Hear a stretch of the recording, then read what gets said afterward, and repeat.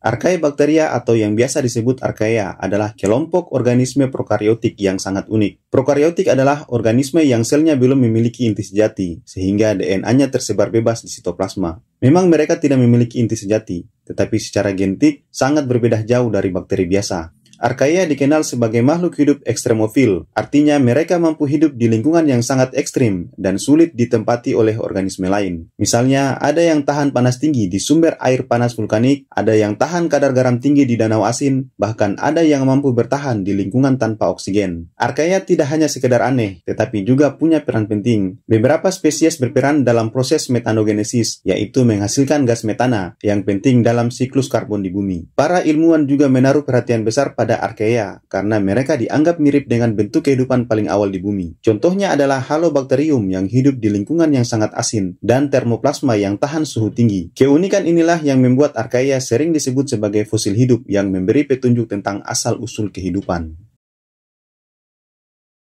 Eubacteria atau sering disebut sebagai bakteri sejati adalah kelompok organisme prokariotik yang jumlahnya sangat melimpah dan tersebar di hampir semua habitat di bumi. Mereka bisa ditemukan di tanah, air, udara, bahkan di dalam tubuh manusia. Struktur tubuh bakteri sederhana hanya terdiri dari dinding sel, membran plasma, sitoplasma, dan DNA yang bebas di dalam sel. Walaupun sederhana, kemampuan mereka sangat luar biasa. Ada bakteri yang menguntungkan, misalnya Lactobacillus, yang membantu fermentasi susu menjadi yogurt dan keju, atau bakteri pengikat nitrogen di tanah yang menyuburkan tanaman. Namun ada juga bakteri yang merugikan, misalnya Mycobacterium tuberculosis, penyebab penyakit TBC, atau Clostridium tetani, penyebab tetanus. Bakteri berkembang biak sangat cepat, umumnya dengan cara pembelahan biner, sehingga dalam waktu singkat bisa membentuk koloni besar. Peran eubacteria sangat beragam, dari dekomposer, penghasil antibiotik, hingga patogen penyebab penyakit. Itulah sebabnya eubacteria disebut sebagai salah satu kelompok paling penting dalam kehidupan di bumi.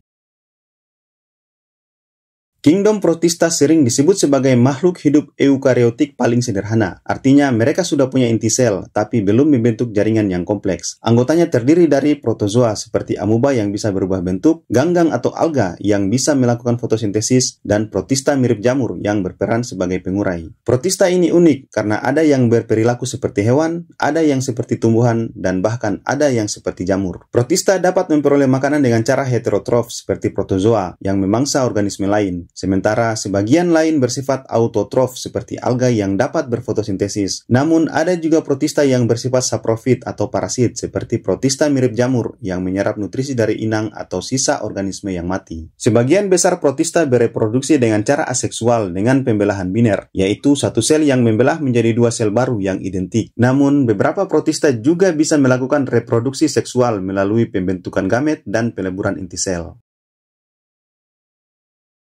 Jamur bukanlah tumbuhan karena tidak bisa berfotosintesis. Mereka adalah heterotrof, artinya memperoleh makanan dari makhluk hidup lain. Ciri-ciri spesifik jamur antara lain memiliki tubuh yang tersusun dari benang halus yang disebut hifa, dan kumpulan hifa membentuk miselium. Dinding sel jamur tersusun dari kitin, bukan selulosa seperti tumbuhan. Tidak memiliki klorofil sehingga tidak bisa berfotosintesis. Biasanya berkembang biak dengan spora, dan umumnya hidup di tempat lembab dan kaya bahan organik. Jamur mempunyai peran penting dalam ekosistem, yakni sebagai komposer atau pengurai. Beberapa contoh jamur adalah ragi atau Saccharomyces yang dipakai untuk membuat roti mengembang, jamur kuping dan jamur hitam yang bisa dikonsumsi, tapi ada juga jamur parasit yang bisa menyebabkan penyakit pada manusia dan tumbuhan.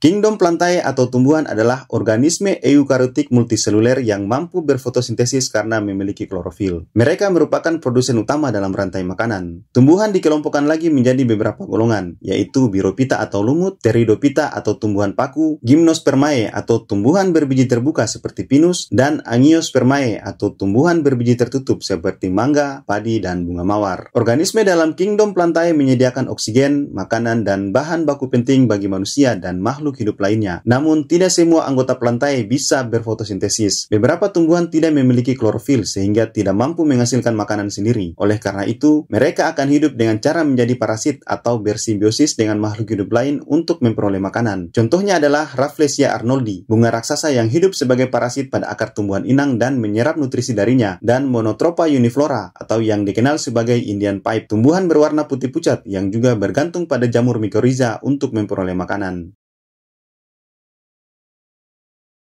Animalia sangat luas, mencakup kelompok invertebrata atau hewan tak bertulang belakang seperti serangga, cacing, dan ubur-ubur, serta hewan vertebrata atau hewan bertulang belakang seperti ikan, burung, reptil, amfibi, dan mamalia. Manusia termasuk dalam kingdom Animalia, tepatnya kelompok mamalia. Sebagian besar hewan berkembang biak secara seksual, yaitu dengan menyatunya sel sperma dan sel telur. Setelah pembuahan, cara berkembang biaknya berbeda-beda. Ada yang ovipar atau bertelur, misalnya ayam, ikan, dan burung. Ada yang vivipar atau beranak, contohnya adalah mamalia termasuk manusia, dan ada juga yang ovovivipar, yaitu telur berkembang di dalam tubuh induk, tetapi embrionya mendapat makanan dari kuning telur seperti pada hiu dan beberapa jenis ular. Namun, beberapa hewan sederhana juga dapat berkembang biak secara aseksual. Misalnya adalah hydra yang berkembang biak dengan cara bertunas, cacing pipih atau planaria yang beregenerasi melalui fragmentasi, serta beberapa jenis ubur-ubur yang mampu membelah diri.